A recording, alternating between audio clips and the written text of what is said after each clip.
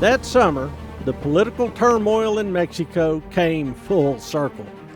General Mariano Salas overthrew the government. On August 3, 1846, soldados garrisoning the fortifications of Veracruz, Mexico, declared themselves in rebellion to the government and marched to Mexico City. Within 3 weeks, Salas and the rebels had taken the capital, overthrown President Mariano Paredes, and installed new officials. United States agents smuggled Antonio Lopez de Santa Anna back into Mexico, with hopes that he would end the war. The rebels, at Santa Anna's urging, restored the Federalist Constitution of 1824, the very document that had encouraged American immigration to Mexican Texas in the first place. Santa Anna had once thrown out the Constitution of 1824. Now, he had brought it back.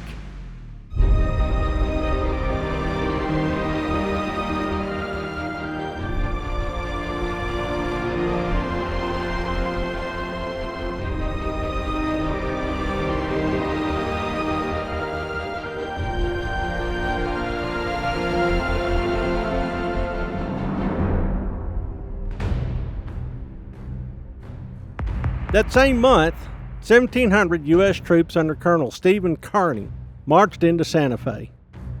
Instead of recognizing the region as being part of the state of Texas and subject to its jurisdiction, U.S. officials organized a government on their own. Kearny also fortified the town and declared the people of New Mexico to be U.S. citizens. The legality of slavery in Texas complicated this claim. Kearny's government made no provision for the institution, contrary to the laws of Texas, which claimed most of Nuevo Mexico as part of its territory. In northern Mexico, General Zachary Taylor moved his command forward to Monterrey, Nuevo Leon. From September 21st through the 25th, his 6,250 regulars and volunteers fought more than 7,000 Mexican troops in a bloody urban battle that ended with an armistice. The U.S. held the town, and the Mexican forces retreated in good order to San Luis Potosí. The Texas troops became famous for their conduct in the battle, thanks to the coverage given them in the New Orleans newspaper and across the country. They also became infamous for their treatment of Mexican civilians.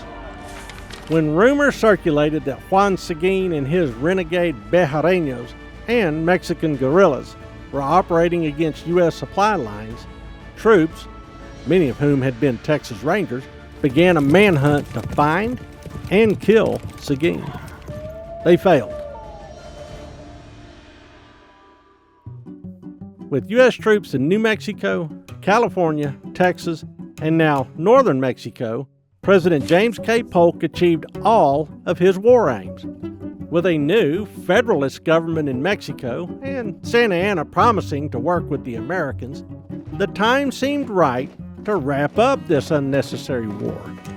President Polk offered peace. President Salas refused. Both the U.S. Army and the Ejército Mexicano paused. Santa Anna used the time to try and save Mexico again. Taylor grew tired of all the trouble caused by Texas troops and sent them home. Most crossed the Rio Grande and followed other pursuits. Others, including units led by Colonel Jack Hayes, Captain Samuel Walker, and Captain Ben McCullough, returned to Mexico the following year and performed good service. There were other Texas units in the war, but most saw limited service, mostly on the Rio Grande. One veteran, Maribel B. Lamar, led Texas troops to Laredo, his last act of military service. From then on, this once remote frontier town would be forever Texas.